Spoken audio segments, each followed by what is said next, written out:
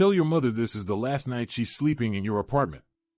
If I see her here one more time, I'll break her legs, and she won't be able to walk anywhere again," her mother-in-law brazenly declared. But she had no idea what consequences awaited her after those words. And before we begin, I'd ask you to like and subscribe to the channel. Thank you and enjoy listening. Natalie stood by the window of her apartment, looking out at the evening city. Streetlights reflected off the wet asphalt. Rare passers-by hurried about their business, not noticing the woman in the fifth-floor window. She was 28 years old, and today her life had changed forever. A few hours ago, she had heard words that were impossible to forget, impossible to forgive, and impossible to leave unanswered. But more on that later. Now, looking at the city falling asleep, Natalie thought about how she had ended up at this point. About the long road that had brought her here, to this window, to this evening, to this decision. To understand everything completely, you need to go back. Many years back. To a small town in the South, where on a cold February evening in 1990, a girl was born who was named Natalie. The delivery was difficult. Helen, Natalie's mother, spent almost 24 hours in the delivery room. Doctors frowned, nurses whispered among themselves, and the young father, Stephen, smoked one cigarette after another in the cold hospital corridor. When the newborn's first cry finally rang out, everyone breathed a sigh of relief. The girl was born small, only 6 pounds, but strong and healthy. Helen worked as a nurse at the local clinic. She knew all the illnesses, all the symptoms, all the medications by heart. But when it came to her own daughter, she turned into an ordinary anxious mother.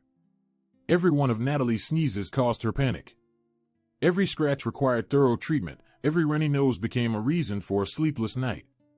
Stephen, Natalie's father, was a simple, hard-working man. A bus driver, he left for work every morning before dawn and returned when the sun was already setting on the horizon. Little Natalie rarely saw her father, only on weekends when he was catching up on sleep after a hard week, and in the evenings when she managed to stay awake until his arrival. The family lived in a one-bedroom apartment on the 3rd floor of an old building.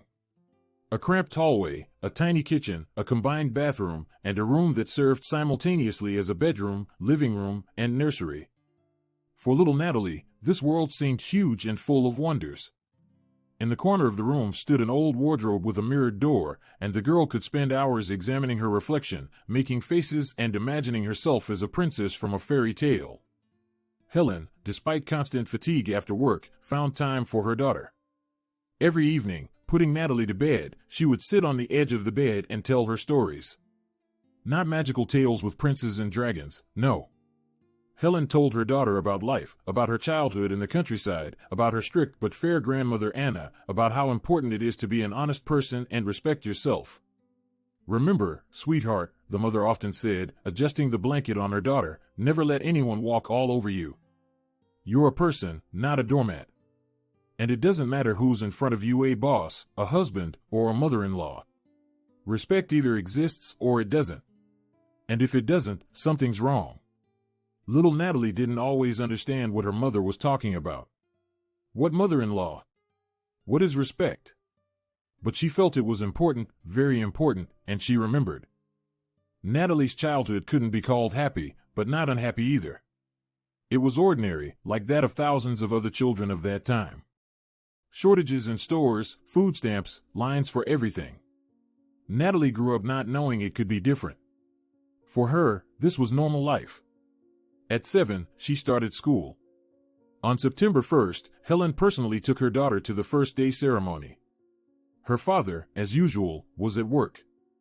Natalie stood in a white dress with huge bows in her braids and tightly squeezed her mother's hand. She was scared and curious at the same time. A new life was beginning, and the girl felt it with her entire small being. School came easily to Natalie. She quickly learned to read and write, enjoyed solving math problems, carefully traced letters in her notebooks. Her teacher, Mrs. Anderson, often praised her in front of the class, setting her as an example for other students. Natalie liked this, though she was embarrassed by the praise. She had few friends, 2 or 3 girls from class with whom she played during recess and occasionally visited. Natalie wasn't withdrawn, but she wasn't particularly outgoing either. She preferred spending time with a book more than running around the schoolyard with classmates. When Natalie turned 8, an event occurred that forever changed her attitude toward the world. Her father started drinking. It began gradually. At first, he brought home a bottle of beer on Fridays to relax after a hard week. Then beer turned into whiskey. Then Fridays became weekdays. By the end of the year, Stephen was coming home drunk almost every evening. Helen endured it. She pleaded with her husband, cried, threatened to leave, but didn't leave. Where would I go with a child, she thought, looking at her sleeping daughter. Who needs us? Natalie saw how her mother suffered. She saw her tear-stained eyes in the mornings, heard the nighttime arguments through the thin wall, felt the tension hanging in their small apartment. She hated her father for what he was doing to her mother and feared him. One evening, when Natalie was already 9, her father came home drunker than usual. He swayed, clutched at walls, muttered something unintelligible. Helen tried to put him to bed, but he pushed her away and went into the room where Natalie was doing homework.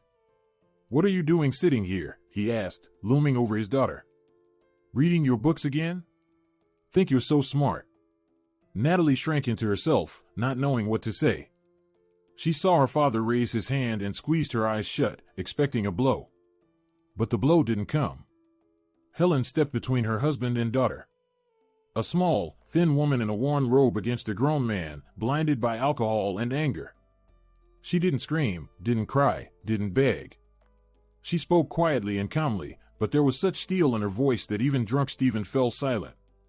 "You're going to lower your hand now," Helen said, looking her husband straight in the eyes, "and you're never going to raise it to my daughter again in your life.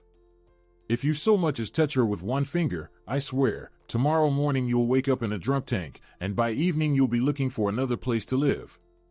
"I'm not joking." "Not one bit." Her father lowered his hand. Something in his wife's eyes made him sober up instantly. He silently turned around and went to the kitchen. And Helen sat down next to her daughter, hugged her trembling body, and whispered, "You see, sweetheart, never be afraid to protect those you love. And yourself too. Remember this. Remember it for your whole life." Natalie remembered. That lesson was imprinted in her memory forever. She understood then that her mother wasn't just a tired woman in a worn robe. Her mother was a strong person. A person who could stand up for herself and her child. A person who wouldn't let herself be pushed around. After that evening, her father changed. No, he didn't quit drinking, such people rarely quit. But he became more cautious. He never again raised his hand to his wife or daughter, didn't yell, didn't threaten. It was as if he understood that Helen wasn't joking, that she was truly capable of carrying out her threat. Life continued. Natalie grew, studied, matured. In school, she was a solid B student, not an A student but not a C student either. Math and literature came especially well to her. A strange combination that surprised teachers. Usually children gravitate either toward exact sciences or humanities. Natalie solved equations and wrote essays with equal pleasure. She still had few friends. The closest became Michelle, a cheerful, spirited girl from the neighboring building. They met in the courtyard when both were 10 years old and had been inseparable since. Michelle was the complete opposite of Natalie. Loud, sociable, constantly getting into some kind of trouble. Natalie balanced her friend with her level-headedness and calm. "You're boring," Michelle often said. "You need to have more fun." "And you need to think more," Natalie would reply, and both would laugh. When Natalie turned 14, her parents finally divorced. It was a strange relief, as if someone had opened a window in a stuffy room. Her father left, taking his things in 2 duffel bags, and Natalie hardly missed him. There were too many bad memories, too few good ones. Helen was left alone with her daughter. It was hard, a nurse's salary had never been generous, and her father paid child support sporadically and not in full. But they managed. Her mother took extra shifts, worked as a massage therapist at home, saved on everything except her daughter's education. Natalie, in turn, tried to help, cooked food, cleaned the apartment, took care of the household. Those years brought mother and daughter even closer. They had no secrets from each other, no generation conflicts, no misunderstanding. They were a team, small but strong. When Natalie turned 16, unexpected news came. Her grandmother, Anna, Helen's mother, had died. Grandmother lived far away, in the state capital, and Natalie saw her rarely, maybe once or twice a year. Anna was a strict, taciturn woman with a difficult character. She didn't spoil her granddaughter, didn't baby her, didn't shower her with gifts. But at the same time, Natalie always felt that her grandmother loved her, in her own way, restrained but sincere. The funeral was quiet. Helen cried, saying goodbye to her mother. Natalie stood beside her, holding her hand, not knowing what to say. Death was something abstract, incomprehensible to her. She had seen her grandmother so rarely that she hadn't truly gotten to know her, hadn't grown attached to her. And now she felt a strange guilt. For not crying. For not feeling that sharp pain she probably should have felt. A month after the funeral, they were summoned to a lawyer's office for the reading of the will. Natalie went there without much expectation. She knew that her grandmother only had an apartment, and it was logical to assume it would go to her mother. But Anna had decided otherwise. The lawyer, a thin old man in thick-rimmed glasses, read the document in a monotone voice. Natalie listened with half an ear, thinking about school matters, until she heard her name. I bequeath the apartment located at the following address to my granddaughter, Natalie Morrison, with the condition that my daughter, Helen Morrison, has the right to live in said apartment for as long as she wishes. Natalie didn't immediately understand what had happened. She looked at her mother, expecting to see hurt or disappointment. But Helen was smiling. Mom always said you had a backbone, she told her daughter on the way home. She wanted you to have your own corner, your own fortress, a place where you'd always be the owner, where no one could kick you out. Natalie didn't immediately grasp the significance of this gift. At 16, your own apartment seems abstract, far from real life. Only years later would she understand how important her grandmother's decision had been. This apartment would become her fortress, her refuge, the place where she would make decisions that would change her life. The move to her grandmother's apartment took place 6 months later. Natalie was finishing 10th grade, and her mother decided it was time to change their place of residence. In the state capital there were better schools, more opportunities for future university admission. They sold the old apartment in their small town.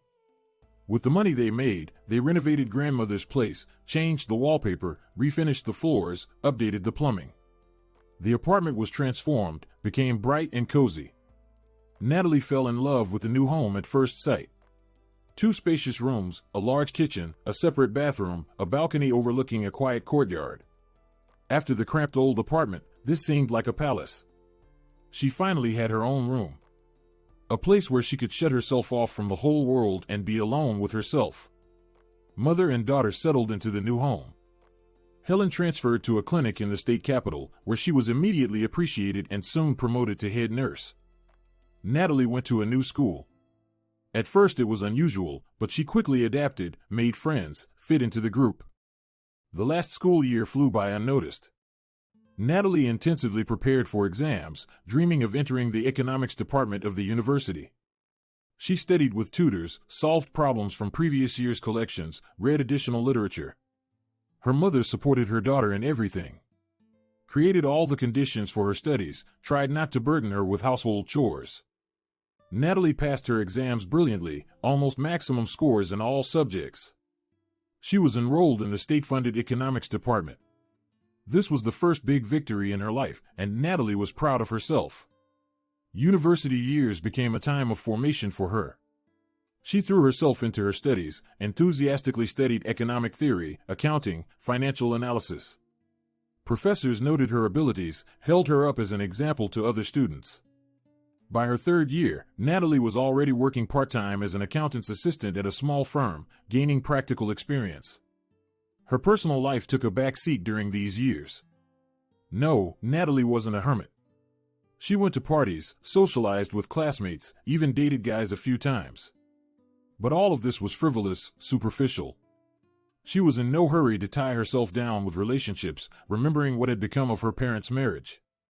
"You think too much," her friend Michelle told her, who had also moved to the state capital and enrolled in a teacher's college. "Love isn't an accounting report. You can't calculate it in advance."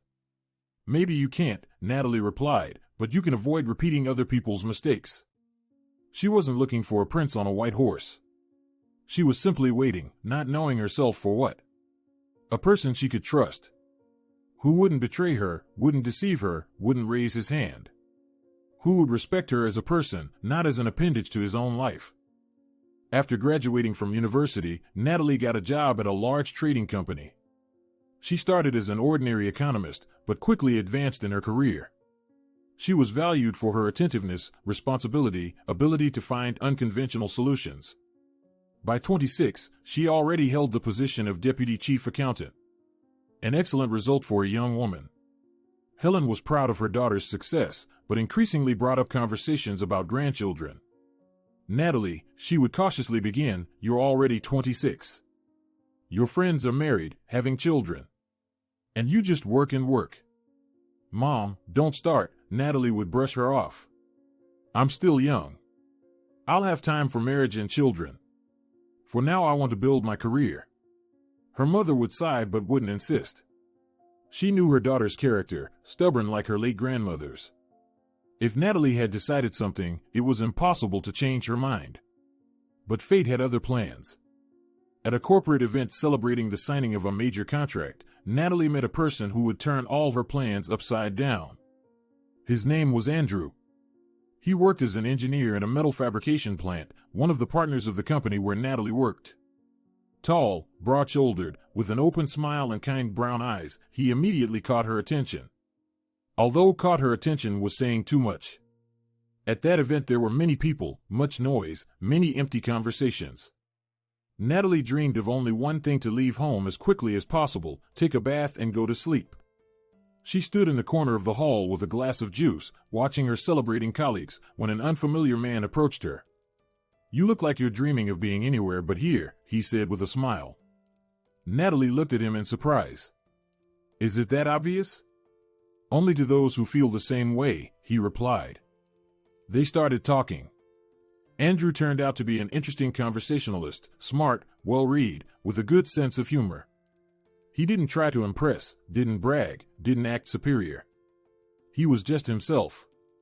Sincere, open, real. Natalie caught herself smiling. For the first time all evening. They talked until the end of the event. Then Andrew offered to walk her home. He found out they lived in neighboring districts.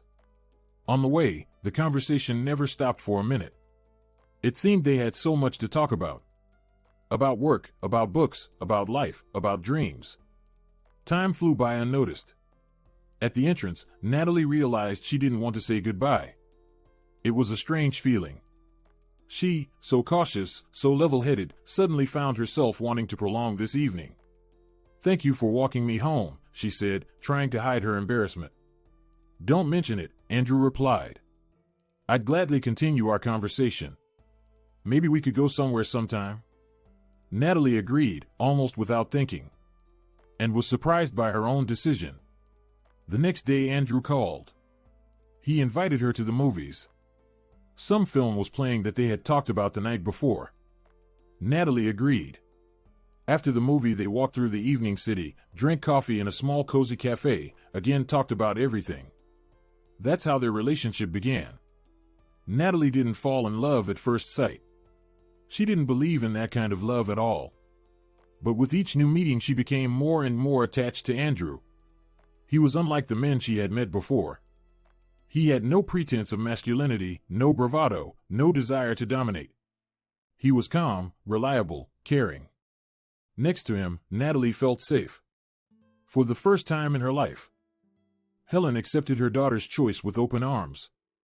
She saw how Natalie's eyes lit up when she talked about Andrew, and was happy for her daughter. "Good guy," she said after their first meeting. "You can tell he loves you." "Mom, we've only been dating for 3 months," Natalie blushed. "It's too early to talk about love." "For love there's never too early or too late," her mother smiled. "It either exists or it doesn't." After 6 months of dating, Andrew introduced Natalie to his family. His father, William, had died many years ago from a heart attack. There remained his mother, Gloria, and his younger sister Rachel, who lived separately with her own family. The first meeting with her future mother-in-law. Natalie remembered it in every detail. Even years later this picture stood before her eyes. Gloria's apartment was located in an old district of the city, in a 9-story concrete building. Natalie went to this meeting with anxiety. She wanted to make a good impression on her beloved's mother. She bought a cake, flowers, carefully thought through her outfit. Gloria herself opened the door. A woman about 60, short, plump, with neatly styled gray hair and an attentive, sharp gaze. She looked Natalie over from head to toe, lingering on her shoes, her purse, her earrings, as if evaluating goods at a market. "Well, come in," she said instead of a greeting. Natalie entered the apartment, trying not to pay attention to the strange reception. Maybe she's just nervous, she thought. After all, her son is bringing a girl to meet her. The table was set festively. Salads, appetizers, hot dishes. Gloria had clearly made an effort. But the conversation didn't flow. Her mother-in-law asked questions about work, about family, about plans for the future, but in her voice was heard not curiosity but interrogation. As if she was trying to catch Natalie in some lie. "So you're saying you earned the apartment yourself?" Gloria repeated when the conversation turned to housing. "No, the apartment came to me as an inheritance from my grandmother," Natalie answered honestly. "Ah," her mother-in-law drawled, and in that disappointment could be heard. "That's why I'm looking at you, so young and already with an apartment. I thought you were rich or something." Andrew tried to redirect the conversation to another topic, but his mother wouldn't let up. "And your parents? Are they alive and well?" "Mom is alive and well. I live with her. Dad, we don't communicate with. They divorced." "Divorced, I see. Well. And that well, there was so much judgment that Natalie felt blood rush to her face. She wanted to get up and leave, but she restrained herself. For Andrew's sake. After dinner, when they went outside, Andrew hugged Natalie. "Sorry about Mom," he said guiltily. "She's a difficult person. But you made a good impression on her, I'm sure." Natalie said nothing. She wasn't sure about that. Not at all. The relationship continued. Andrew and Natalie spent more and more time together. He often stayed overnight at her place. She cooked dinner for him, they watched movies together, planned vacations. Everything was heading where such relationships usually head. After a year of dating, Andrew proposed to Natalie. It happened in the evening at their favorite cafe at a table by the window. He took out a small velvet box, opened it, and Natalie saw a thin gold ring with a small diamond. "Natalie," Andrew said, and his voice trembled slightly. "I love you. I want to be with you my whole life. Marry me." Natalie looked at the ring, at the beloved face across from her, and felt her heart pounding in her chest. She hadn't expected this. Not today, not now. But when he asked the question, she realized she knew the answer. "Yes," she said. "Yes, of course, yes." Andrew put the ring on her finger, and they kissed under the applause of neighboring diners. Helen was happy learning about her daughter's engagement. She hugged Natalie, cried with joy, immediately began making wedding plans. "We need to choose a dress, book a restaurant, invite guests," she listed, counting on her fingers. "Mom, calm down," Natalie laughed. "We still have plenty of time. The wedding is in 6 months." But 6 months flew by unnoticed. Preparing for the wedding turned out to be a troublesome business. Dress, suit, restaurant, invitations, seating arrangements. Her head spun from endless lists and organizational questions. Relations with Gloria during this time didn't improve.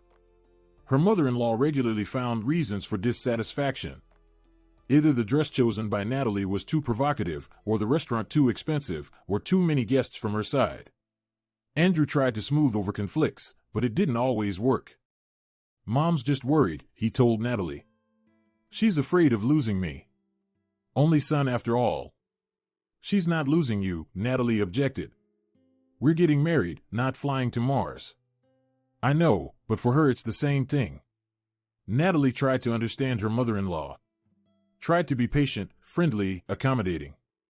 But with each new meeting it became harder.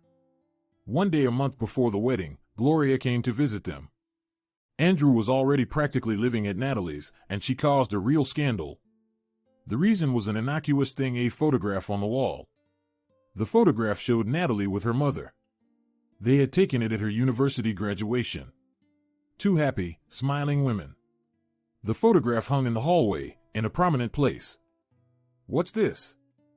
Gloria asked, pointing at the picture. "That's me and Mom," Natalie answered. "At my graduation." "And what, it's going to hang here? When you get married?"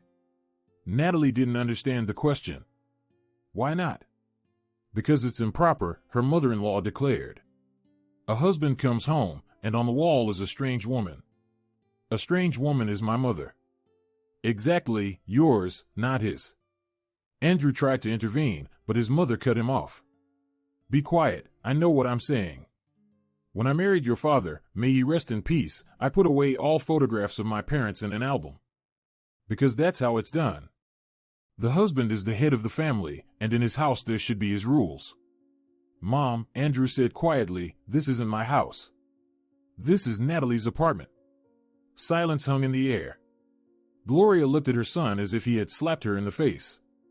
"What?" "The apartment belongs to Natalie. She got it from her grandmother as an inheritance. We'll live here, but it's her property." Her mother-in-law shifted her gaze to Natalie. In her eyes was something new, not just hostility but real anger. "So that's how it is," she hissed. "So my son will live in someone else's apartment, on borrowed terms."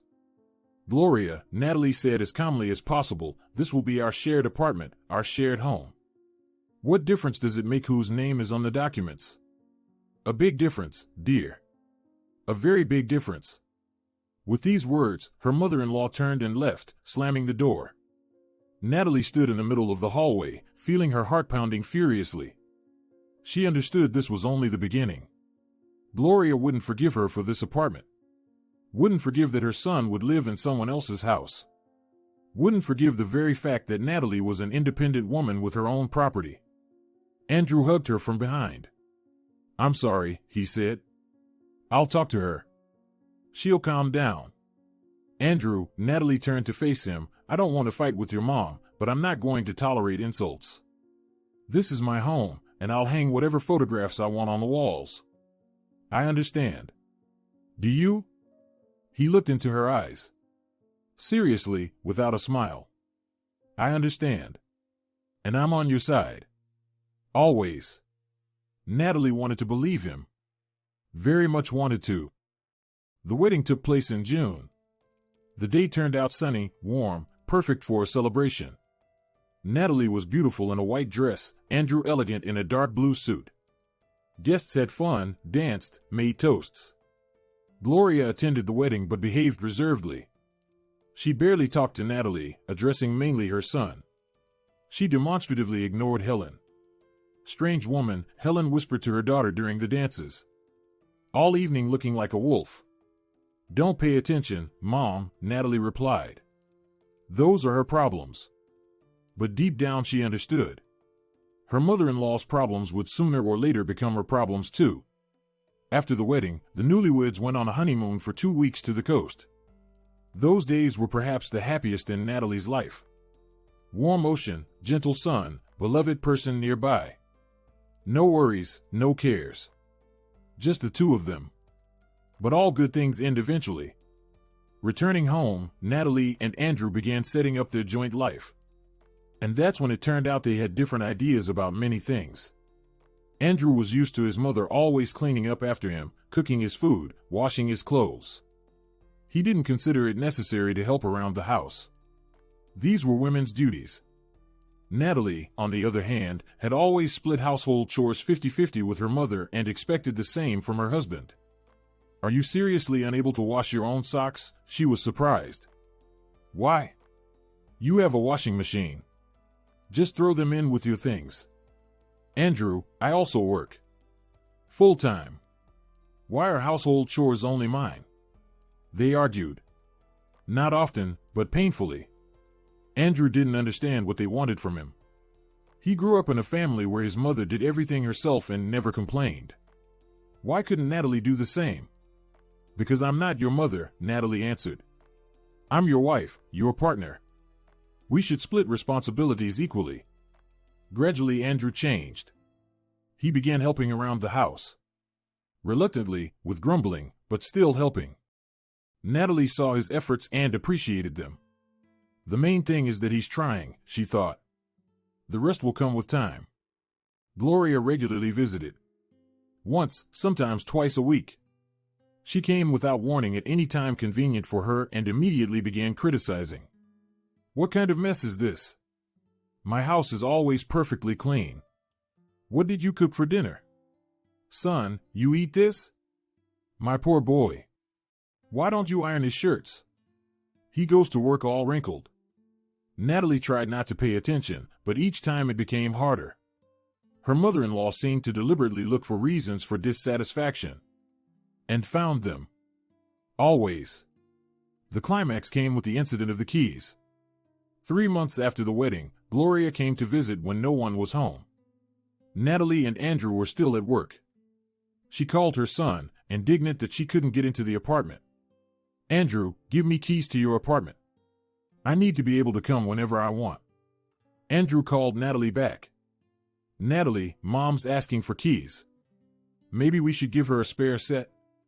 Natalie felt something tighten inside. No, she said firmly. But why? Because this is my home. And I don't want anyone coming here without warning, even your mother. Andrew fell silent. Natalie heard his breathing on the phone. She'll be offended, he finally said. Let her be offended. I'm not changing my decision. Gloria really was offended. She didn't speak to Natalie for 2 weeks, and when she did speak, it was even worse. So this is how you treat your husband's mother, she said during another visit. You don't let her into the house, like she's a stranger. Gloria, I didn't say you can't come. I only asked you to call ahead. Why call? I'm his mother. I don't need to ask permission. Natalie took a deep breath, gathering her strength. In this house you do. This is my home. And here are my rules. Her mother-in-law looked at her with undisguised hatred. You're home. Remember my words, dear. Someday you'll regret your arrogance. From that day, relations between them were finally ruined. Gloria no longer hid her hostility. She openly criticized Natalie in front of her son, complained about her to relatives, spread gossip among neighbors. The daughter-in-law is rude. Keeps my son under her thumb. Won't let me into their house. Natalie knew what was being said about her. And it hurt. But she wasn't going to give up. Wasn't going to tolerate humiliation and insults. Wasn't going to turn into that downtrodden woman her mother-in-law wanted to see. Andrew was torn between his mother and his wife. He loved both and didn't want to choose. But most often he still took Natalie's side, even if not always openly, he supported her decisions.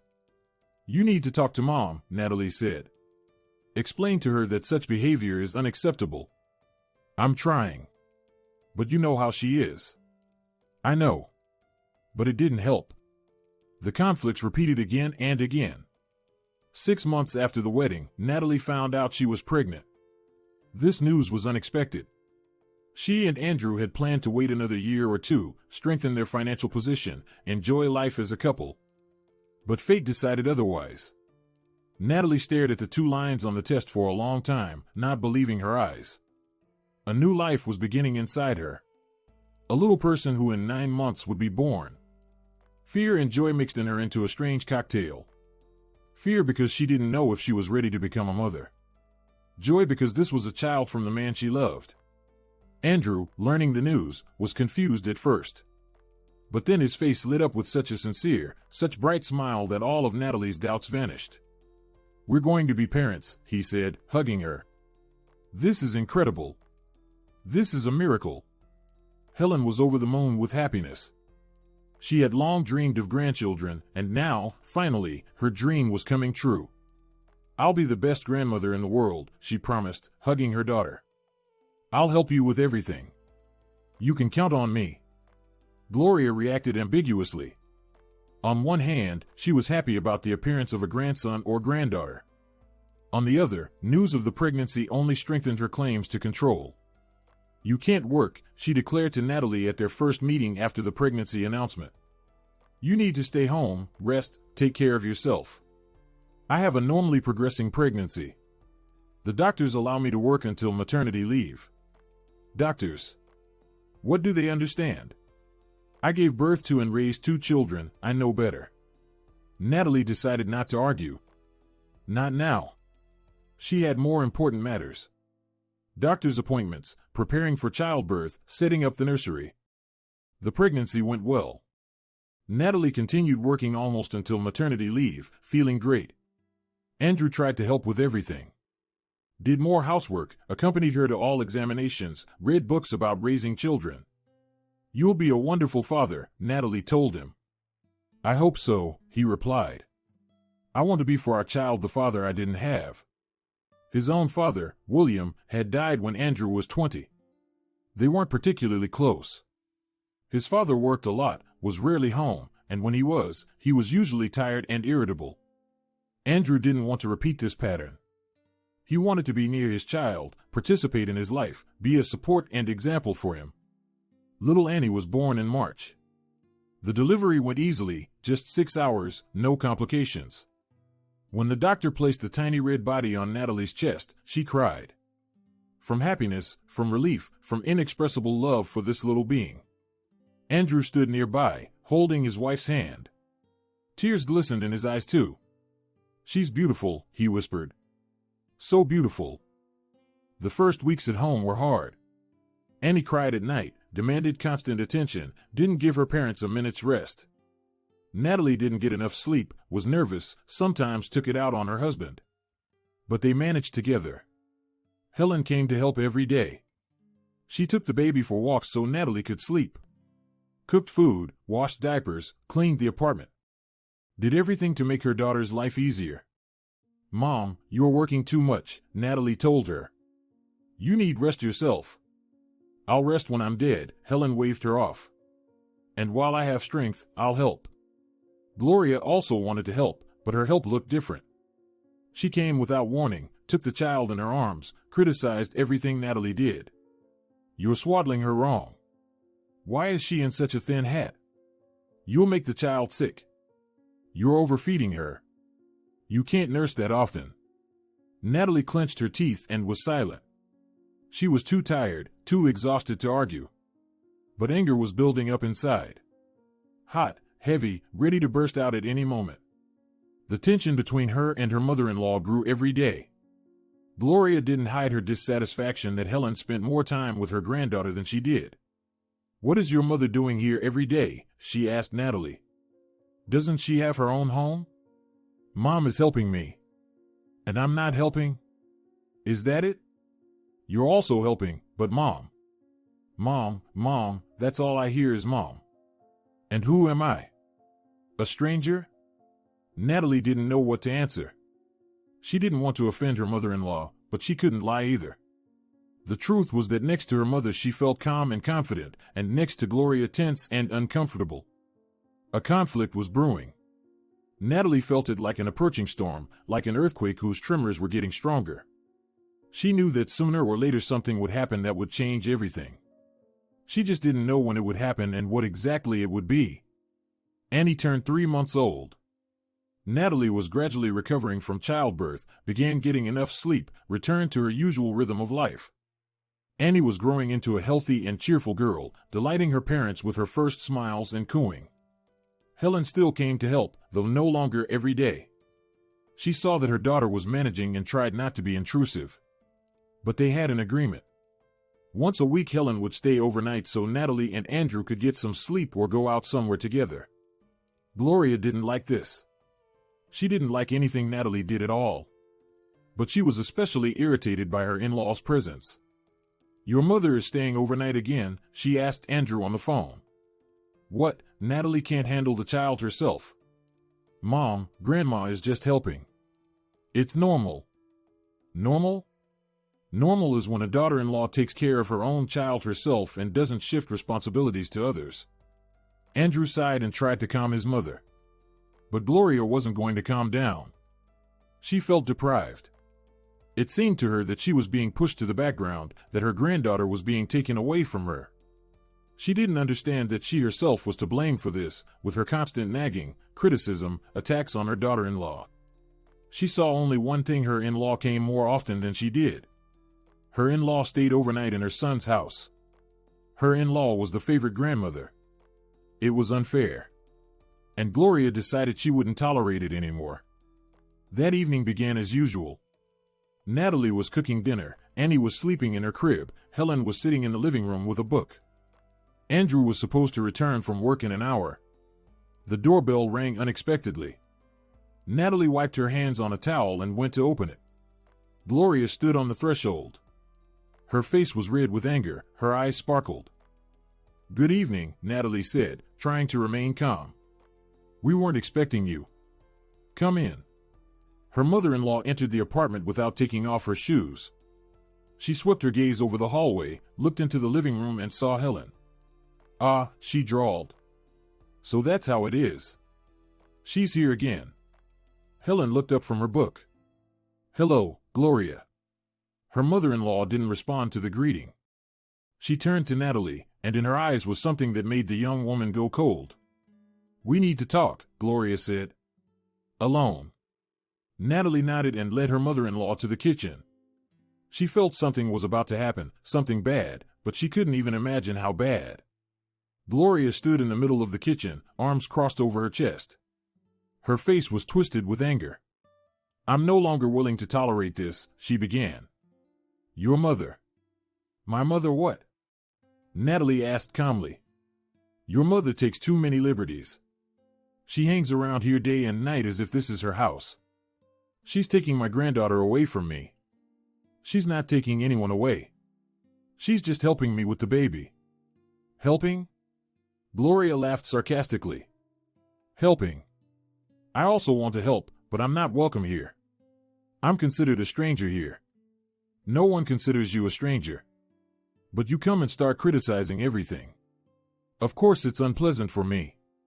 I criticize because you do everything wrong. You don't know how to keep house, you don't know how to look after a child, you don't know how to be a good wife. If it weren't for your mother, you would be completely..." Natalie interrupted her. "Gloria, I'll ask you not to insult my mother." "I'm not insulting, I'm telling the truth." Natalie felt a wave of anger rising inside her. But she restrained herself. "Not now. Not with Mom here. Not when Annie is sleeping in the next room. I think we'd better end this conversation," she said as calmly as possible. "You're upset. Let's talk when we've calmed down." "No," Gloria raised her voice. "I won't calm down. I've tolerated enough." She took a step toward Natalie, and her face twisted into a grimace of hatred. "Tell your mother." Her mother-in-law's voice became low, threatening. Natalie froze, feeling her heart begin to beat faster. What she heard in the next second changed everything. "Tell your mother this is the last night she's sleeping in your apartment. If I see her here one more time, I'll break her legs, and she won't be able to walk anywhere again." Her mother-in-law's words hung in the air, heavy, poisonous, terrible. Natalie looked at Gloria and couldn't believe her ears. Threaten? Her mother? In her own home? Time seemed to stop. Natalie heard the clock ticking on the wall, water rushing through the pipes, a car passing somewhere outside the window. She saw her mother-in-law's face twisted with anger, her clenched fists, her eyes burning with hatred. And at that moment something clicked inside Natalie. She remembered her mother. That same mother who many years ago had stood between her and her drunk father, who hadn't been afraid to protect her daughter, who had taught her never to let anyone walk all over her. "You're a person, not a doormat," Helen's voice sounded in her memory. Natalie straightened. Fear left, giving way to cold, ringing fury. She wouldn't tolerate it, wouldn't be silent, wouldn't pretend nothing had happened. "Repeat what you said." Her voice was calm, even too calm. Gloria smirked. "What, didn't you hear? I repeat, if I see your mother in this apartment one more time, I'll break her legs. Let her know her place." "Her place?" Natalie took a step forward. "And do you know your place, Gloria?" Her mother-in-law was taken aback. She was used to her daughter-in-law being silent, tolerating, swallowing insults. She hadn't seen this Natalie before. "How dare you talk to me like that?" she shrieked. "I'm talking normally. But you just threatened my mother with physical harm. In my house. In my presence. Your house. Your house. Gloria waved her hand. That's all you say? This is my son's house. No, Natalie cut her off. This is my house. Legally, documentarily, factually. And I decide who comes here and who doesn't. And what does that mean? It means you won't come here anymore. Silence. Gloria looked at her daughter-in-law as if she had started speaking a foreign language. What? You heard me. After what you said about my mother, you're not welcome here. Anymore. Ever. Her mother-in-law's face went red in blotches. How dare you? I'm your husband's mother. You're a woman who just threatened to break an elderly person's legs. My mother. A woman who did nothing bad to you. And you think after that I'll tolerate you here? Andrew. Gloria screamed. Andrew, where are you? Andrew isn't home, he's at work. When he gets back, we'll see what he says. He won't let you kick out his mother. Natalie crossed her arms over her chest. We'll see. At that moment Helen entered the kitchen. She had heard the shouting and couldn't stay aside. What's going on here? Natalie looked from her mother to her in-law. Gloria turned to her. And here she is.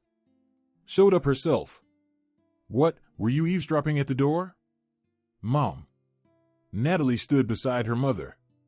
Gloria just said she'll break your legs if she sees you here again. Helen went pale. What? Yes. Her mother-in-law didn't think of denying it. That's exactly what I said. And I'll say it again. You have no business here. This is my son's house, not yours. Helen was silent. She looked at Gloria with the expression one looks at a terminally ill person. With pity and incomprehension.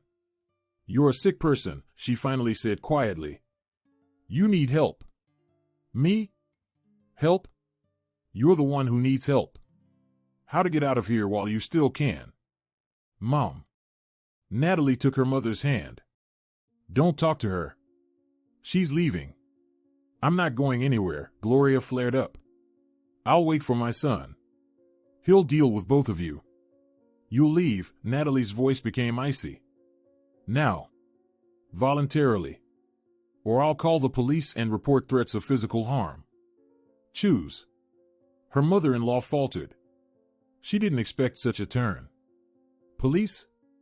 Over a few words? You wouldn't dare, she whispered. Natalie took her phone out of her pocket. Shall we find out? For several seconds they looked at each other. Two women, young and elderly. Two wills, unbending, inflexible. But Natalie was on her own territory, in her own house, and she wasn't going to back down. Gloria was the first to look away. Fine, she hissed through her teeth. I'm leaving. But this isn't over. Andrew will find out how you treat his mother. And then we'll see who's the boss here. She turned and walked to the exit. At the door she turned around. You'll regret this. I promise. The door slammed so hard the walls shook. Natalie stood in the middle of the hallway, feeling the tension release. Her hands were shaking, her heart was pounding somewhere in her throat. She had done it. She had kicked out her mother-in-law. She had protected her mother. Helen hugged her daughter. Natalie. It's okay, Mom. It's okay. But now she'll tell Andrew all sorts of things. Let her talk. I'll tell him the truth. They went into the living room and sat on the couch. Annie was still sleeping in her crib, unaware of the drama that had unfolded in the next room. Maybe I should leave? Helen asked quietly. So I don't create problems for you. No, Natalie said firmly. You'll stay. This is my house, and I decide who lives here. And you're my mother. And I won't let anyone hurt you. Helen squeezed her daughter's hand. I'm proud of you, she said. You've grown into a strong woman. I learned from the best. They sat silently, holding hands. Outside the window it was getting dark. Andrew would be home soon. And Natalie knew a difficult conversation lay ahead. Andrew came home around 8 in the evening. Natalie heard him open the door, take off his shoes in the hallway, walk down the corridor. Ordinary sounds, so familiar and dear, but today they sounded different. Anxious, tense. "Hi," he said, looking into the living room. "How was your day?" Natalie looked at her husband. He didn't know anything yet. His mother had apparently decided to wait for him at home to make a proper scene. "We need to talk," she said. Andrew frowned. "What happened?" "Sit down." He sat down next to her on the couch. Helen tactfully went to the kitchen, closing the door behind her. Natalie told him everything. From the very beginning, how Gloria had come, how she had seen Helen in the apartment, how she had started screaming, and most importantly, what she had said. "Tell your mother this is the last night she's sleeping in your apartment. If I see her one more time, I'll break her legs," Natalie repeated her mother-in-law's words. Andrew listened silently. His face was impenetrable, and Natalie couldn't understand what he was thinking. "Is this true?" he finally asked. "Yes. Word for word." He rubbed his face with his hands. "God. Andrew, I kicked her out. I said she won't cross the threshold of this apartment again. And I'm not going to change my decision." Her husband raised his eyes to her. There was pain in them. Real, deep. "Natalie, she's my mother. I know. And I'm very sorry it turned out this way. But she threatened my mother. Threatened to break her legs. Do you understand that?" "I understand. But maybe she just got heated," said it in the moment. In the moment? Natalie felt anger rising inside her again. "Andrew, she didn't apologize. She didn't take her words back. She repeated them twice and said I would regret it." Andrew was silent. "Listen," Natalie took his hand. "I'm not asking you to choose between me and your mother. You can communicate with her, see her, call her. But she won't enter this house again until she apologizes. Sincerely. To my mother and to me." "She'll never apologize," Andrew said quietly. "You know her. Then she'll never enter this house." Silence again. Andrew was looking somewhere at the wall, and Natalie saw how hard this moment was for him. She understood him. A mother is a mother, no matter what she's like. But she couldn't back down either. "Natalie," Andrew finally spoke, I need to think." "About what?" "About everything. This is too much for one evening." Natalie let go of his hand. "Okay, think, but keep in mind my decision is final." Andrew nodded and stood up. "I'm going to take a walk. I need air." He left without taking his jacket, without saying goodbye. Natalie heard the front door slam and felt tears welling up in her eyes. She had so hoped her husband would immediately take her side, that he would say, "You're right, Mom crossed the line," that he would hug her and say everything would be okay. But he left to think. Helen returned to the living room. "He left?" "Yes," said he needs to think. Her mother sat down beside her. "Natalie, maybe I should leave after all? I don't want you to have problems because of me." "Mom, no. You're not to blame for anything. Gloria is to blame. And if Andrew doesn't understand that..." She didn't finish the sentence. She didn't even want to think about what would happen if her husband took his mother's side. Andrew returned 2 hours later. Natalie had already put Annie to bed and was sitting in the kitchen with a cup of cold tea. Helen had gone to bed in the guest room, but probably wasn't sleeping. Her husband entered the kitchen and sat across from his wife. His face was serious, determined. "I talked to Mom," he said. Natalie tensed. "And?" "She." Andrew sighed heavily. "She doesn't deny what she said. Says she had the right, that your mother provoked her, that. My mother was sitting with a book in the living room. How could she provoke her?" "I know. I told her that.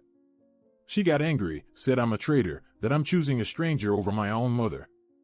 Natalie was silent, waiting for the continuation. "Natalie," Andrew looked into her eyes, "I thought a lot on the way, about us, about Mom, about what happened.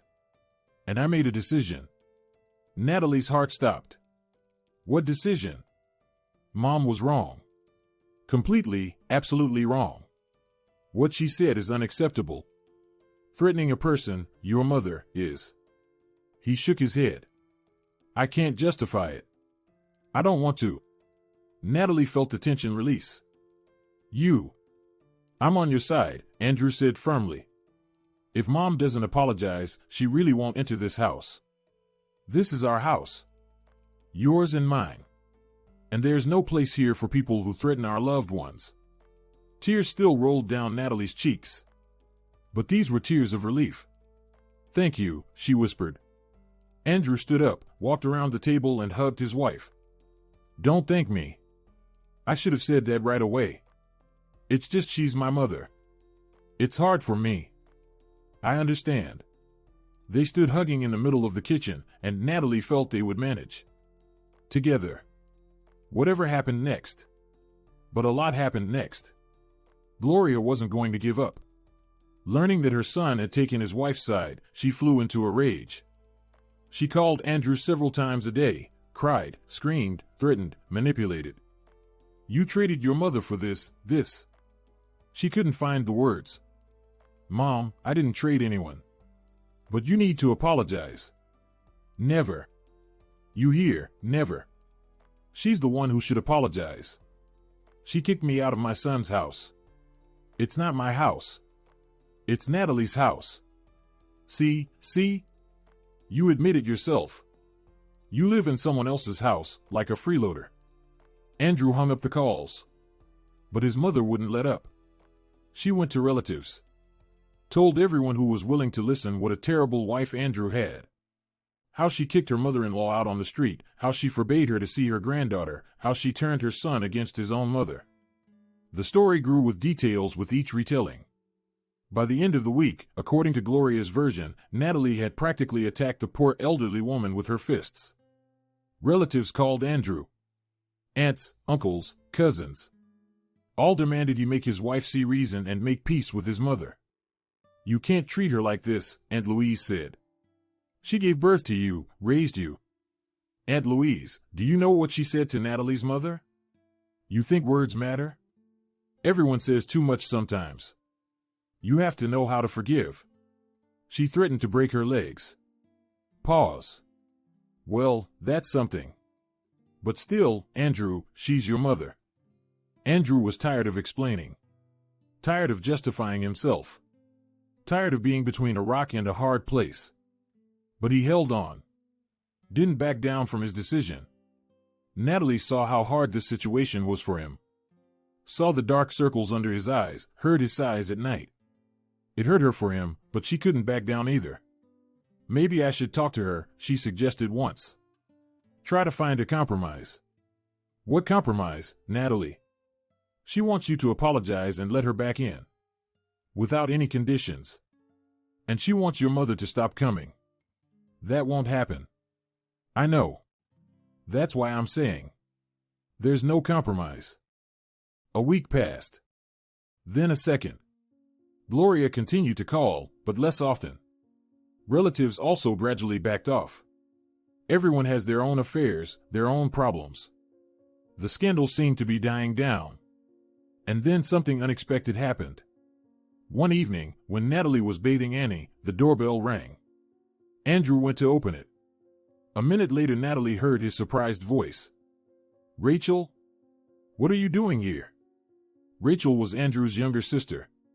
She was 5 years younger than her brother, lived with her family in another part of town, and rarely appeared in their lives.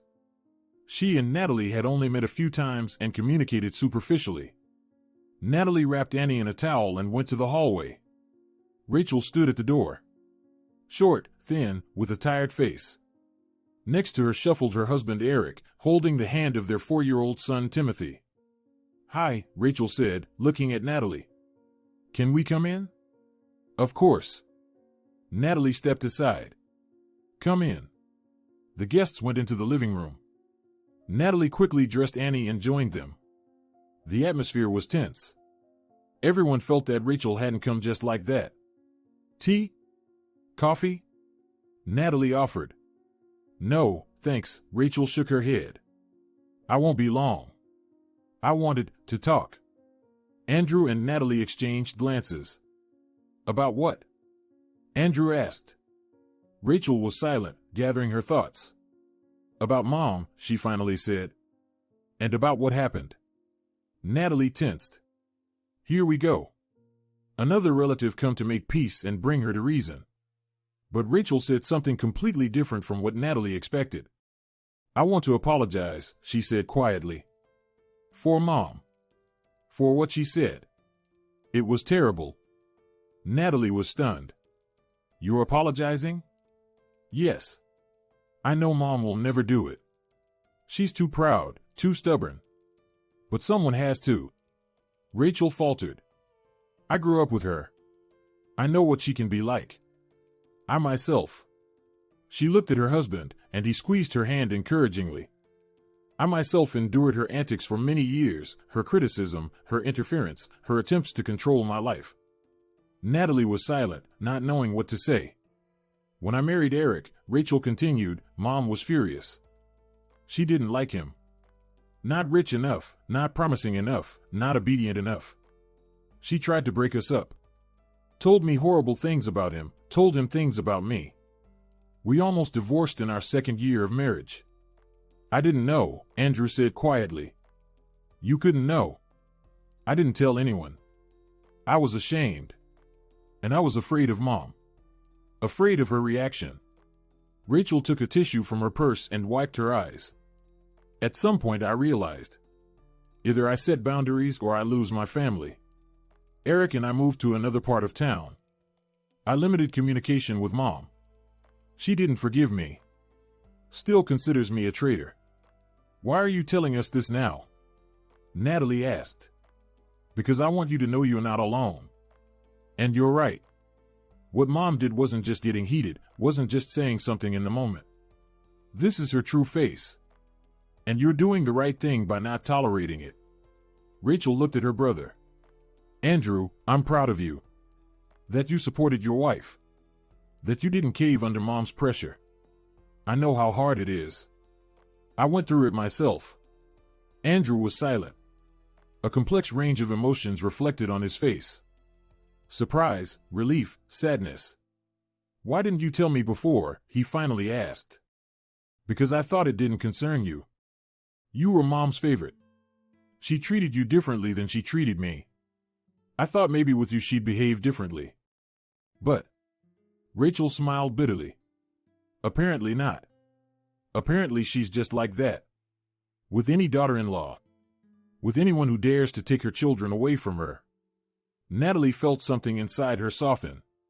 She looked at Rachel and saw not a stranger but an ally, a person who understood. Thank you, she said. For coming. For telling us. Don't mention it. I should have done it long ago. But better late than never, right? They talked for another hour. Rachel told about her relationship with her mother, about manipulation, about blackmail, about constant feelings of guilt. Natalie recognized familiar patterns, the same techniques, the same words, the same accusations. She'll never change, Rachel said in parting. You need to accept that and build your life based on that. After the guests left, Natalie and Andrew sat in silence for a long time. I didn't know, he finally said. About Rachel. About what Mom did to her. You were a child, then a teenager. You couldn't see everything. But I should have noticed. Andrew. Natalie took his hand. This isn't your fault. You're not responsible for your mother's actions. I know, but still. He shook his head. All this time I thought Mom was just jealous, that she was afraid of losing me, that if I was patient, she would eventually accept you. But now I understand it's not about you. It's about her. About what kind of person she is. And His voice trembled. I don't want Annie to grow up with such a grandmother. With a person who thinks it's normal to threaten people, manipulate, cause conflict. Natalie hugged her husband. We'll manage, she said. Together. A month passed. Gloria still hadn't apologized. But the active actions had stopped. She seemed to have taken a pause, waiting. Natalie didn't know for what. But she felt this was the calm before the storm. Life was gradually returning to its usual course. Annie was growing, delighting her parents with her first teeth and attempts to crawl. Helen came to help as before. Andrew worked, Natalie prepared to return from maternity leave. The relationship between spouses, strangely enough, became stronger after this whole story. They had gone through trials and endured.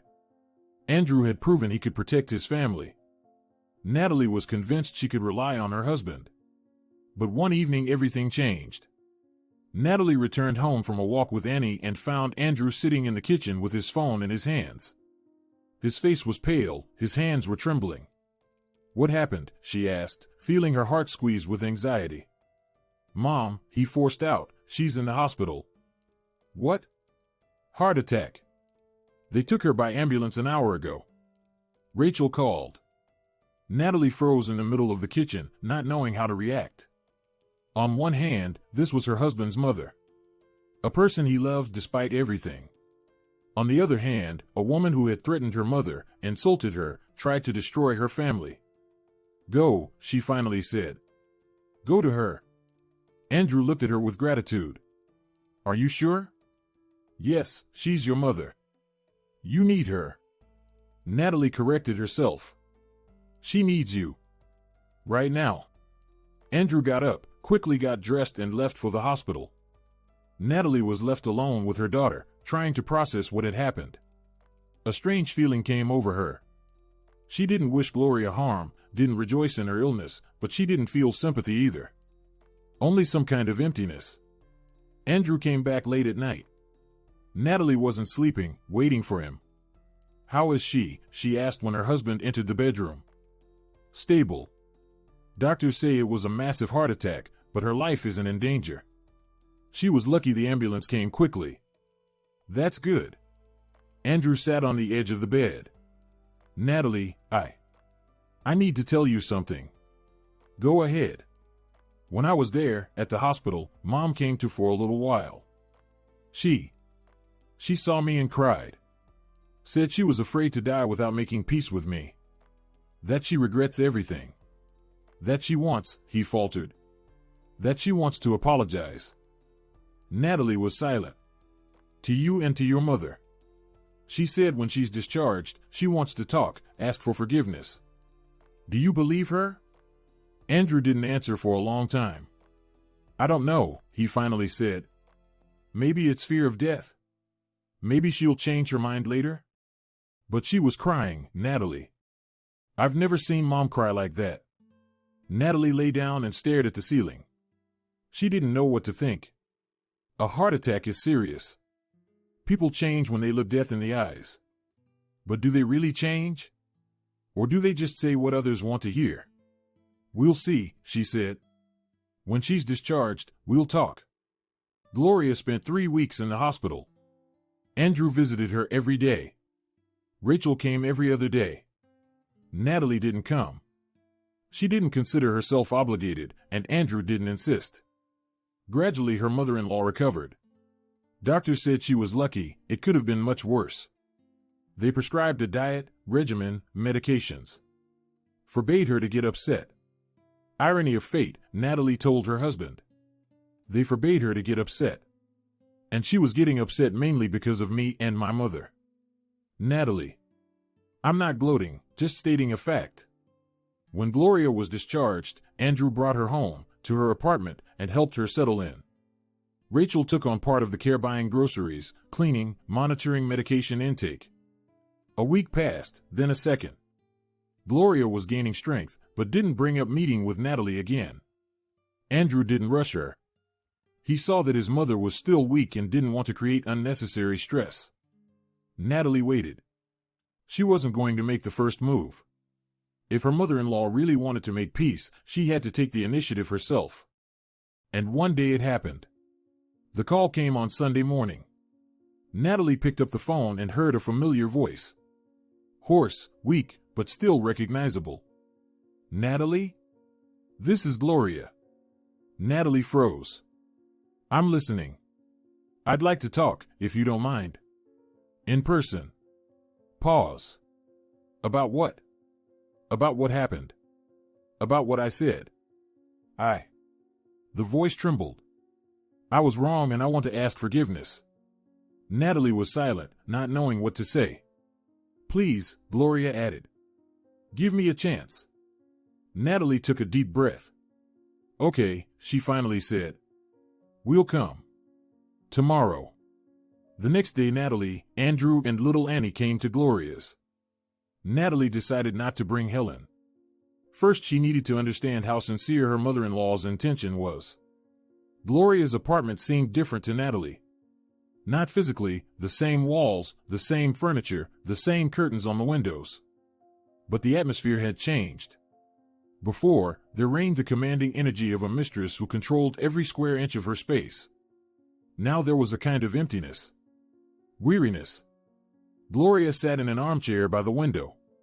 She had lost a lot of weight during her illness, her skin had acquired a yellowish tint, dark circles lay under her eyes. But what struck Natalie most were her eyes, extinguished, devoid of the fire that had burned in them before. Hello, Natalie said, stopping at the threshold of the room. Hello. Her mother-in-law's voice was weak, cracked. Thank you for coming. Come in, sit down. Natalie sat on the couch across from the armchair. Andrew stayed in the hallway with Annie. They had agreed that the first conversation would be between the women, without intermediaries. For several minutes they were silent. Gloria looked out the window, gathering her thoughts. Natalie waited, not rushing her. I thought a lot, her mother-in-law finally spoke. There, in the hospital. When you're lying under N4 and don't know if you'll live until morning, you rethink a lot. Natalie was silent. I was unfair to you, Gloria continued. From the very beginning. I didn't like you, not because you're bad, but because you were taking my son away from me. That's how it seemed to me. I wasn't taking anyone away. I know. I know now. But then. She sighed heavily. When my husband died, Andrew became everything to me. The only man in the house. I held onto him too tightly. And when you appeared, I got scared. Scared he would leave, that I'd be alone. You wouldn't have been alone. You have Rachel, grandchildren. Gloria smiled bitterly. Rachel I also pushed away. With my own hands. My own tongue. Did she tell you? Yes. I tried to drive away her husband too. Good guy, by the way. Hardworking, caring. But I thought he wasn't good enough for my daughter. No one would have been good enough. Her mother-in-law fell silent, looking at her hands, wrinkled, with bulging veins. What I said about your mother. Her voice trembled. It was monstrous, unforgivable. I don't know what came over me.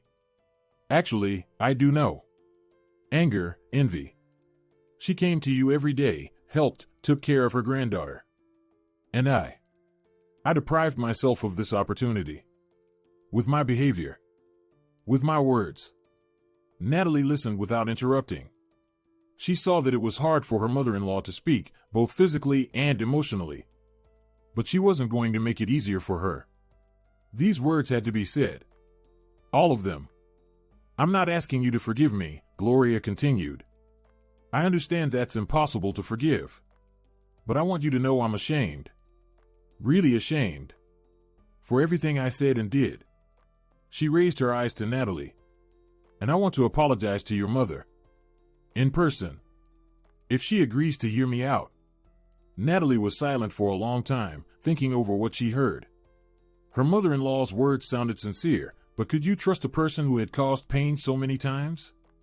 I'll tell Mom, she finally said. The decision will be hers. Thank you. But I want you to understand one thing, Gloria. Her mother-in-law tensed. What? I don't hold a grudge against you. Not because I forgave you, no. It's just that anger takes too much energy.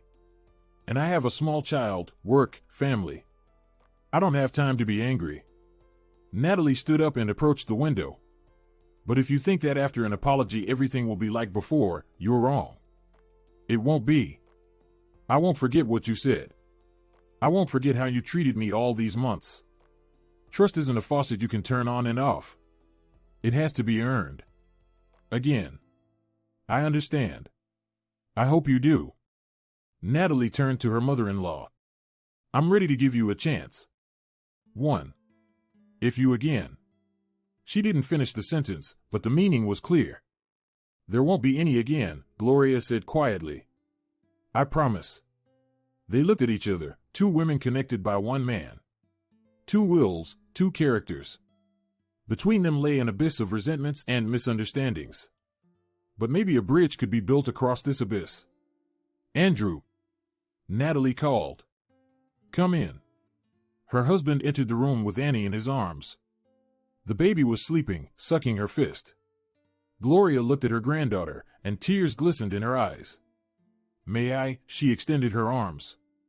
Andrew looked questioningly at his wife. Natalie nodded. He carefully handed his daughter to his mother. Gloria pressed the sleeping baby to her chest, and tears rolled down her cheeks. Silent, bitter. Forgive me, little one, she whispered. Forgive your foolish grandmother. Natalie turned away to the window. She didn't want to watch this scene. Too many emotions, too much of everything. But somewhere deep inside she felt the ice beginning to melt. A few days later, a meeting took place between Gloria and Helen. Natalie thought for a long time about how to organize this conversation. She didn't want to invite her mother-in-law to her home. The memories of that evening were too fresh. Her mother refused to go to Gloria's, and Natalie understood her. In the end, they met on neutral territory, in a small cafe not far from Natalie's house. A quiet place, few visitors, comfortable couches in the corner. Natalie and Andrew sat at the next table, close enough to intervene if necessary, but far enough not to interfere with the conversation. Helen arrived first. She was nervous. Natalie saw this by how her mother crumpled a napkin, how she fixed her hair, how she looked around at the door. Mom, calm down, Natalie said. Everything will be fine. I don't know what to say to her, Helen admitted. She threatened me. And now I'm supposed to sit at the same table with her, and you don't have to do anything. If you want, we can leave right now. No one's forcing you. Helen shook her head. No. I want to hear what she'll say. I want to look her in the eyes. Gloria appeared 10 minutes later. She walked slowly, leaning on a cane. The consequences of her illness still made themselves known. Seeing her in-law, she froze for a moment, then continued toward the table. Hello, Helen, she said, sitting down across from her. Hello. A waitress brought menus, but both women waved them away. They weren't interested in food. I wanted. Gloria began and fell silent. Helen waited. I wanted to ask for forgiveness, her mother-in-law finally got out. For those words. For the threats. It was. I had no right to speak like that. You did nothing to me. You were just helping your daughter, and I. Her voice broke. I behaved like. I don't even know what to call it. Helen was silent, looking at her interlocutor. I understand you may not forgive me, Gloria continued. Such things aren't forgiven. But I want you to know I'm ashamed. Ashamed every day. I wake up and think about what I said, and I want to fall through the earth. Why? Helen suddenly asked. What why? Why did you hate me so much? What did I do to you? Gloria lowered her eyes. Nothing. You did nothing to me. It's just you were near my son, my granddaughter, and I wasn't. And instead of thinking about why it turned out that way, I decided to blame you. It's easier to find someone to blame than to admit you're at fault for everything yourself. Helen was silent for a long time. Natalie from the next table saw how her mother was struggling with herself. With hurt, with anger, with the desire to say everything that had accumulated. You know, Helen finally spoke, all my life I taught my daughter one simple thing: not to let herself be humiliated, not to tolerate being insulted, to protect herself and her loved ones. Gloria listened. And when you said those words about legs, I wasn't scared. No. I felt pity. For you. Because a person who says such things is unhappy. Very unhappy. And lonely. Her mother-in-law shuddered. You were right. I am lonely, she whispered. I made myself lonely. Pushed away my children, pushed away my in-law. Remained alone within four walls with my pride and resentments. And now what? Now Now I want to fix everything. If it's possible. If you all give me a chance. Helen looked at her daughter. Natalie barely noticeably nodded. I can't speak for Natalie, Helen said. It's her home, her family, her decision. But. She paused. But for myself I'll say. I accept your apology. Not because I forgot, not because I forgave, but because life is too short to waste it on hatred. Gloria raised her eyes to her, wet with tears. Thank you, she whispered. Thank you. Don't thank me. Just. Helen stood up. Just try not to hurt people anymore. Not with words, not with actions. That's all I ask. She nodded to her in-law and walked to her daughter's table. Let's go, Natalie. I need air. The three of them left the cafe. Natalie, Andrew with Annie in his arms, and Helen. Gloria remained sitting at the table, looking out the window. How are you? Natalie asked her mother. Fine. Strange, but fine. Like a weight lifted from my soul. You did great. I just did what I taught you myself. Didn't stoop to her level. Didn't seek revenge. But didn't let myself be humiliated either. They walked down the street, and Natalie thought about how strangely life works. A month ago she was sure she could never be in the same room with Gloria. And today? Today she was almost ready to give her mother-in-law a second chance. Almost. 6 months passed. Life was gradually getting better. Natalie returned from maternity leave and went back to work. Annie went to daycare, first for a few hours, then full day. Andrew got a promotion and now held the position of section manager. Relations with Gloria changed. No, they didn't become warm and trusting, too much had been said and done. But they became normal, polite, respectful. Her mother-in-law came to visit once a week, on Sundays. She called ahead, came at the appointed time, didn't criticize or lecture. Played with her granddaughter, drank tea, talked with her son, and then left, calmly, without scandals and resentments. Natalie observed this transformation with cautious optimism. She didn't believe in miraculous transformations. People don't change in one day. But Gloria was really trying. And it was noticeable. One day, when her mother-in-law was about to leave, she lingered in the hallway. Natalie, she said, can I have a minute? Yes, of course. They went out to the landing. I wanted to tell you something. Gloria spoke quietly, as if afraid someone would hear her. I've wanted to for a long time, but didn't dare. Natalie waited. You're a good wife to my son. And a good mother to my granddaughter. She faltered. I'm glad Andrew chose you. Even though I didn't understand it right away. Natalie didn't know what to say. This was so unexpected, so unlike the former Gloria. Thank you, she finally said. Don't mention it. It's the truth. Her mother-in-law was silent. You know, when I was lying in the hospital, I thought a lot. About life, about what's important and what's not. And I understood one thing. What? Family isn't about control, not about power, not about who's in charge. Family is about love and about respect. I understood this too late. But better late than never. She took a small package from her bag. This is for you. Not a gift, just a little thing.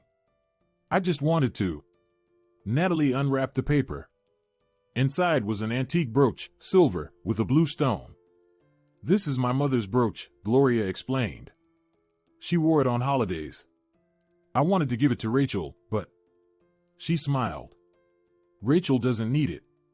But you might find it useful. Natalie looked at the brooch. A beautiful thing, antique, obviously expensive. But it wasn't about the price. It was about the gesture. Thank you, she said. This means a lot. Gloria nodded and started going down the stairs. On the landing between floors, she turned around. Take care of my son, she said. And my granddaughter. They love you. I know, Natalie answered.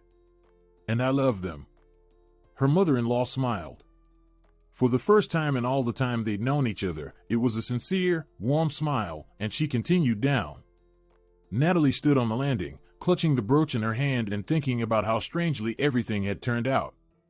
A year ago she was sure her mother-in-law was her enemy for life. And today there was peace between them. Fragile, cautious, but still peace. Natalie? Andrew looked out of the apartment. Everything okay? She smiled at her husband. Everything's okay. Another year passed. Annie turned 2. She was already talking up a storm, running around the apartment, asking 1,000 questions a day. Natalie looked at her daughter and saw herself in her. Just as curious, just as stubborn, just as independent. All her mother, Helen said, smiling. And her grandmother, Natalie added. Relations between the two families, Natalie's and Andrew's, gradually improved. Gloria and Helen didn't become friends, that would be too much, but they learned to coexist peacefully. On Annie's birthdays they came together, sat at the same table, even talked about something of their own, women's talk. Rachel and her family also began visiting more often. She and Natalie were bound by a strange friendship, the friendship of two women who had gone through similar trials. They could talk for hours about their mother-in-law, about boundaries, about how to build relationships with difficult relatives. You know, Rachel said once, I never thought Mom was capable of changing. She was always so iron-willed, impenetrable. People change, Natalie replied, when life forces them to. Yes, it's just a shame it took a heart attack. The main thing is she's alive, and that we all, well, more or less get along. More or less, Rachel agreed. That's already a lot. One evening, when Annie was already asleep and Andrew was watching TV in the living room, Natalie went out on the balcony. She loved standing here at night, looking at the city lights. It calmed her, helped her collect her thoughts. Andrew came out after her. What are you thinking about? He asked, hugging his wife from behind. About everything. About us, about Mom, about your mom, about what we went through. Yeah, we went through a lot. You know what surprises me most? What? That we made it through. Together. I was afraid. She fell silent. What were you afraid of? That you'd choose her, your mother. That I'd be left alone. Andrew turned his wife to face him. Natalie, I would never do that. You're my family. You and Annie. You're the most important thing in my life. I know. I know now. But then I wasn't sure myself, Andrew honestly admitted. Mom. She was an authority for me my whole life. I was used to obeying her, pleasing her. And when I had to choose, it was hard. Very hard. But you chose me. I chose because I understood Mom was wrong. And if I had kept silent, if I had allowed her to treat you and your mother like that, I would have betrayed everything I believe in. Would have betrayed our family. Natalie laid her head on his shoulder. Thank you, she whispered. For what? For existing. For us being together. They stood on the balcony, embracing, and looked at the night city. Somewhere below cars drove by, windows glowed in neighboring buildings, life went on as usual. You know, Andrew said, I sometimes think, what if you had kept silent then, endured it, pretended nothing happened? I don't know. We probably would have gotten divorced anyway. Sooner or later. Because I don't know how to endure. Never learned. And it's good you never learned. Why? Because that's exactly what I love about you. Your strength, your independence. That you don't bend to others, don't let yourself be humiliated. Natalie smiled. Mom taught me that. I know. She's a wonderful woman. Yes, wonderful. They returned to the apartment. Andrew went to the shower, and Natalie looked into the nursery. Annie was sleeping, arms spread to the sides like a little star. Her face was calm and serene. Natalie adjusted the blanket and kissed her daughter on the forehead. Sleep, my little one, she whispered. Mommy loves you and will always protect you. She left the room, closing the door, and thought about what lesson she would pass on to her daughter. The same one her mother had passed on to her, and grandmother to her mother. Never let anyone walk all over you. You're a person, not a doormat. Protect those you love, and yourself too. The next day Natalie took out an old photo album. She had long been planning to sort it out, throw out the unnecessary, scan the important, compile a family history for Annie. In one of the photographs was her grandmother, Anna, a stern woman with a straight back and piercing gaze. The very one who had left Natalie the apartment. The apartment that had become her fortress. "Thank you, Grandma," Natalie whispered, looking at the photograph. "You were right. This is my home. And here are my rules." In the evening at dinner, Natalie told Andrew and her daughter the story of her grandmother. About how she lived her life, how she worked, how she raised her daughter alone, how she never complained or asked for help. How she managed to maintain her dignity in any circumstances. Annie listened with eyes wide open. "Mom, will I be strong too?" she asked. "Of course you will," Natalie answered. "You're already strong. And you'll only get stronger." "Like Grandma Helen?" "Yes, like Grandma Helen. And like Great-Grandma Anna. And like me. And like Grandma Gloria?" Annie suddenly asked. Natalie froze. She didn't expect this question. Grandma Gloria. She searched for words. Grandma Gloria is also strong. In her own way. She made mistakes, but found the strength to admit them. And that also requires courage. Andrew looked at his wife with gratitude. "Mom's right," he told his daughter. "Admitting your mistakes is very difficult, but very important." Annie thought about it, processing what she heard, then nodded. Seriously, like an adult. "I understand," she said. "You have to be strong, and you have to be able to say sorry." Natalie and Andrew exchanged glances and smiled. "Exactly right," Natalie confirmed. "You're a smart girl." After dinner, when Annie was already asleep and the dishes were washed, Natalie sat down at the computer. She had been putting off this task for a long time, but today she felt it was time. She began writing the story of her family, the story of women who never gave up. Grandmother Anna, who survived war and hunger. Mother Helen, who raised her daughter alone. She herself, Natalie, who protected her family from a toxic mother-in-law. This was a story about strength, about dignity, about what it means to be a woman, and about how sometimes to preserve a family, you need to know how to say no. Natalie wrote until late at night. Andrew looked into the room several times, suggesting she go to sleep, but she just waved him off. Soon, just a little more. When she finally finished, dawn was already breaking outside the window. Natalie reread what she had written and nodded with satisfaction. This was exactly what she wanted to say. What she wanted to leave for her daughter. She saved the file and leaned back in her chair. Life went on. Ahead were new days, new joys, possibly new trials. But Natalie knew she would manage. Whatever happened. Because she wasn't a doormat. Because she was a person. And no one would ever make her forget that. Epilogue. 5 years passed. Annie turned 7. She went to first grade. A serious girl with braids and big eyes, the spitting image of her mother as a child. She already knew how to read and write, loved math and couldn't stand art class. "Mom, why do I need to draw? I want to solve problems." Drawing develops creative thinking. And problems develop logical thinking. Logical is more important.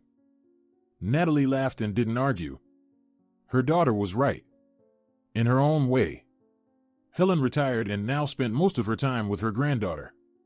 She picked Annie up from school, helped with homework, took her to activities. Grandmother and granddaughter were inseparable. Gloria also saw her granddaughter regularly, on weekends. Her health had stabilized, she even started going for walks. Natalie's relationship with her mother-in-law never became warm, but they learned to coexist peacefully. And that was enough. One day, when the whole family gathered for Annie's birthday, Gloria pulled Natalie aside. "I wanted to tell you something," she began. Natalie became wary. The last time such a conversation had ended with an unexpected gift to broach.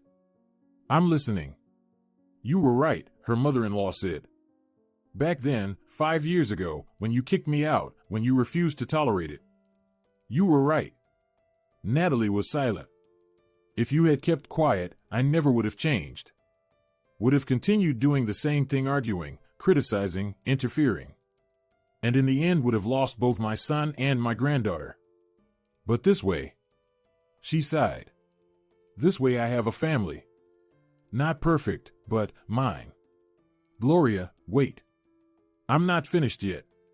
Her mother-in-law looked into Natalie's eyes. I know you don't love me. And I don't particularly love you either. We're too different. But I respect you. For your strength. For your character. For not bending. That's worthy of respect.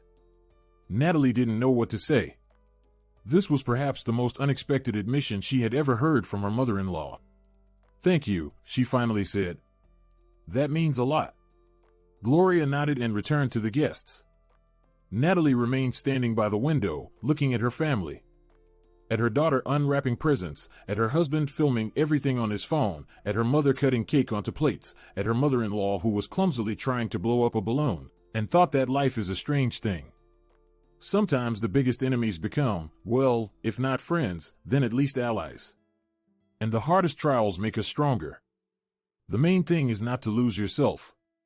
Not to let others decide who you are and what you deserve. To protect those you love. And never, never become a doormat. Natalie smiled and walked toward her family. Ahead was cake, presents, and a bunch of noisy children. Ahead was life, her life, on her terms.